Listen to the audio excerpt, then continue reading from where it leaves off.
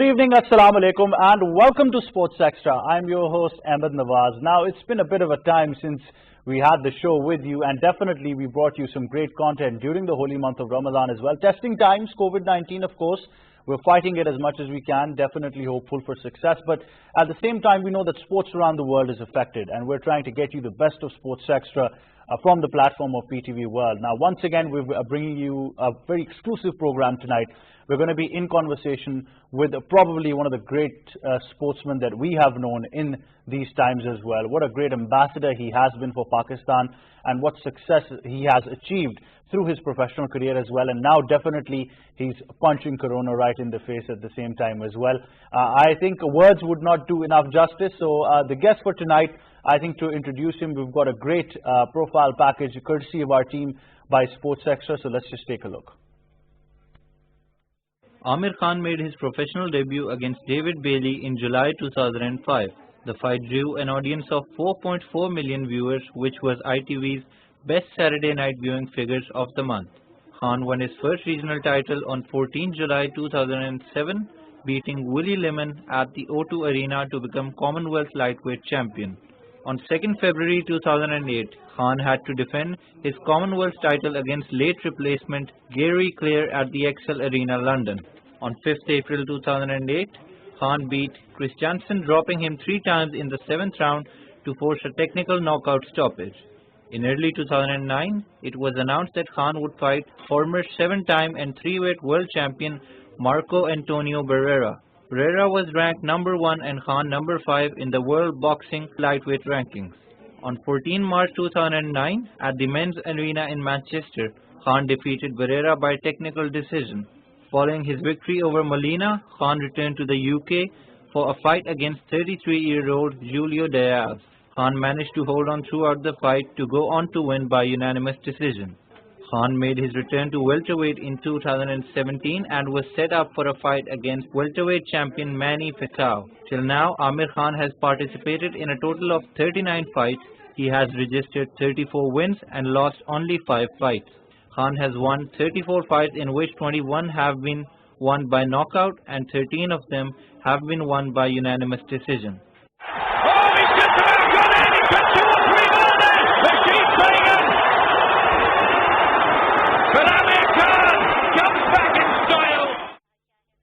There you have it. Like I said, one of the greatest sportsmen that we've known, and what a great ambassador he has been, not just for Pakistan, but I think his work for promoting boxing at the same time have been beyond what we could have imagined, and now bringing all of that to Pakistan at the same time, doing a lot of work in terms of, being a philanthropist as well.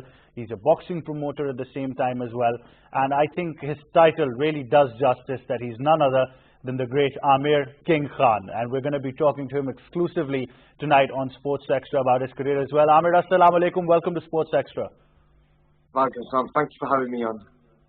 Right, Amir, what an illustrious career. I think I can talk about it all day long, but people want to know where Amir started and where he had that hunch of picking up the gloves and knowing that this is what he wanted to do. So when I was at the age of 8, I was very hyperactive, very naughty in school, had so much energy in me. So my father then took me away and said, look, we need to get you into a boxing gym to burn that energy, not to become a boxer. No one ever thought I would ever become a boxer, but the reason why I went to the gym was to teach me discipline and burn my energy into something positive. And that's where I started from at the age of 8. From there, went on representing England in boxing, winning national championships, then international championships, and then I won the silver medal in the Olympics, being the youngest ever to win a medal in the Olympics in 2004. But definitely a great start, like you mentioned, a bit of aggression there in that early ages as well. But definitely once you went into the professional phase, things must have been tough at the same time, considering all the technicalities involved, your diet routine, and you had to probably change everything about yourself. Correct, yeah, everything changes. When you go into the professional rankings, it becomes a full-time job. And I had to change the way I live, the way I eat, the way I sleep. And, everything was all around boxing. Waking up in the morning at 5 a.m., going for a run, coming back 12 o'clock, going to the boxing gym to do some boxing training. At night time, doing another strength conditioning session, weights and stuff. But then that doesn't finish there. Just before going to bed, you have a massage. So it was a full-time job. And it's been like that since. So it's very hard for the body to take that much impact. And for the last 10 years, being a professional boxer, it's been very, very hard. But, I've loved it because when I'm not in the gym, when I'm not training, for a fight, I do miss the sport. So, it's a tough sport, but at the same time, I enjoy it. Definitely, one does misses, the game itself as well. And of course, we do miss you back in the ring as well at the same time. Tell me about the physical toll of this as well, because we understand in professional sports, whether it's a team sport or an individual sport, the threat of injury is always there. But getting out of that through psychological factors must be, you've got to be really mentally tough, because you've gone through some ups and downs in your careers as well, but you've managed to overcome them. Look, I've won fights, I've lost fights. The fights I lost, I was caught with a big shot, and mentally that can destroy you. See, when a team or a person, individual loses a fight or a game, they do get, they are very down emotionally. So I had to lift myself up when I lost a fight. I had to think, look, I'm going to come back stronger. I'm going to come back and train harder. I never want to see this day again. Obviously, in my 39 fights, I've lost 5. But those 5 fights I have lost, I've come back stronger from them and become a better person, a better fighter. I've trained harder. And that's what it's all about. And I think same with any sport, cricket, for example, football, same. When they have a game and they get beat, you go back to the drawing board. You see where you made the mistakes. You see you're not going to make the mistakes again.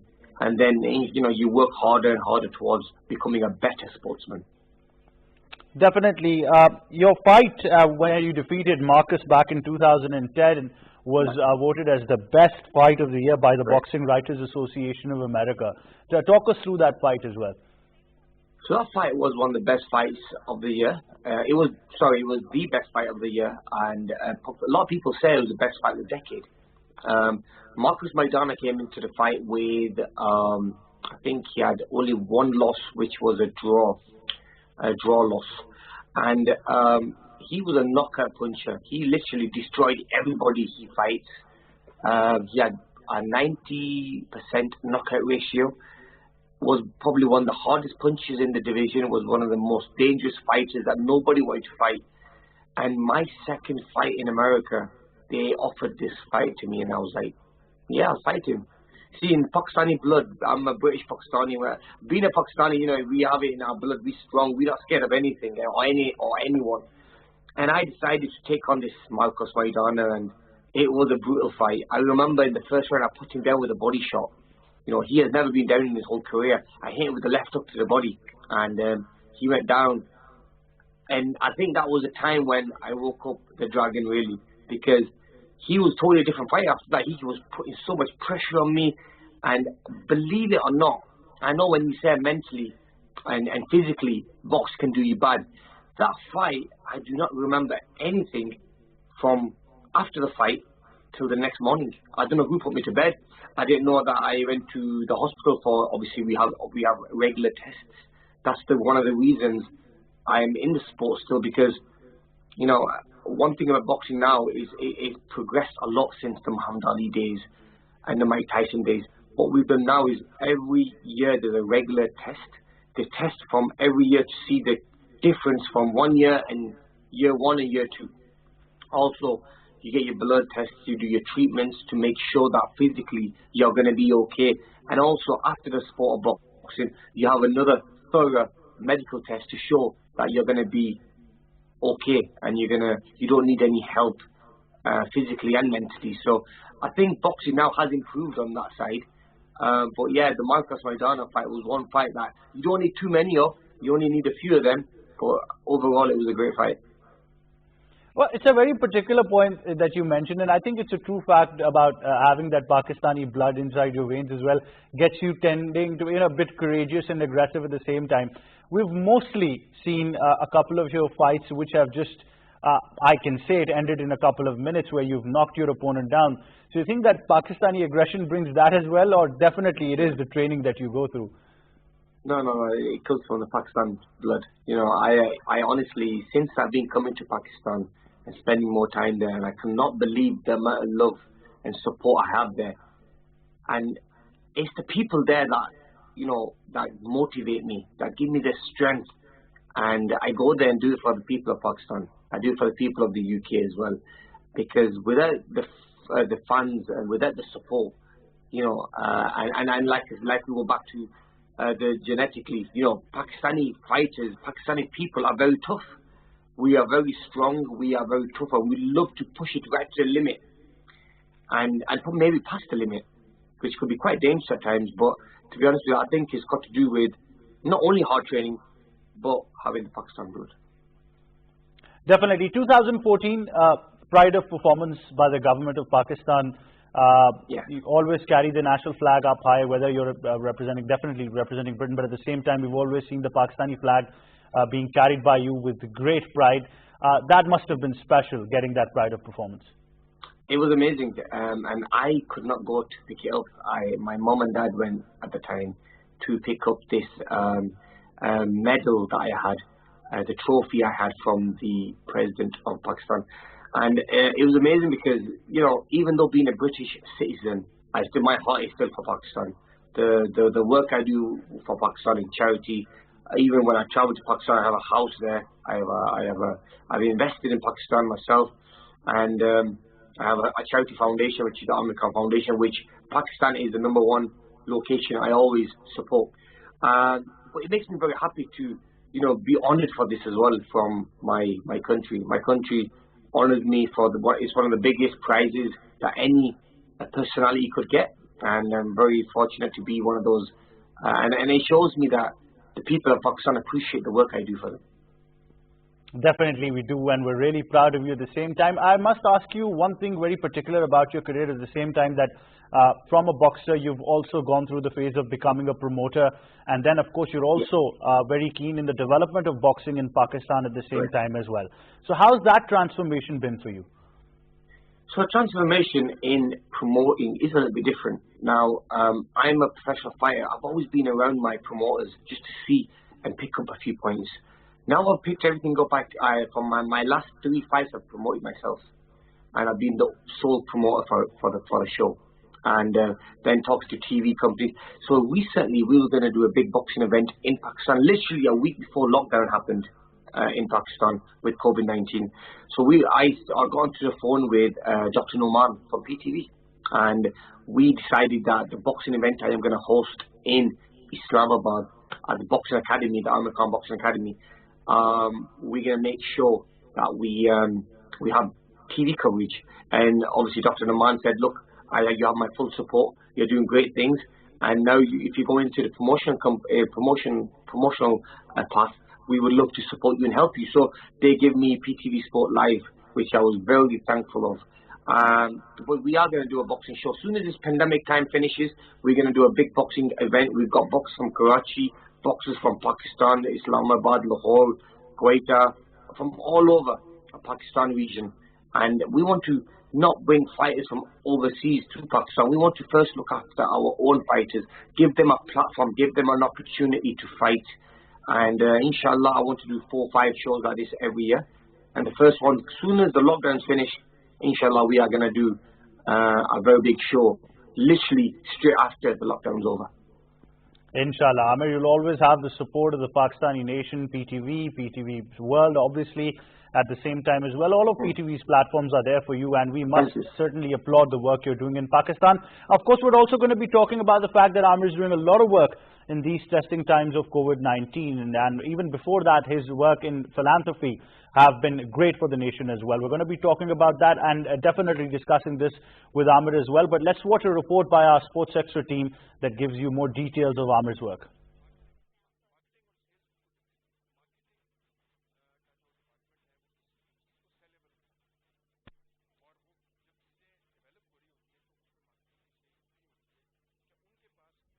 Right, some technical difficulties, of course, at the same time, but I'm talking about the work that he's been doing over the past couple of years as well. And certainly once COVID came in, Amir was once again up and ready for the charitable work that he was doing in terms of Pakistan and battling this disease as well. Of course, he also, as far as not just Pakistan, limited to here as well, but even in the UK, Amir announced one of his buildings to be turned into a quarantine center or a hospital as well. He said that he realizes the problems people are facing in getting a hospital bed at this time as well. He's also been distributing packages, rations and, essential items for the people as well at the same time who are in need in Pakistan.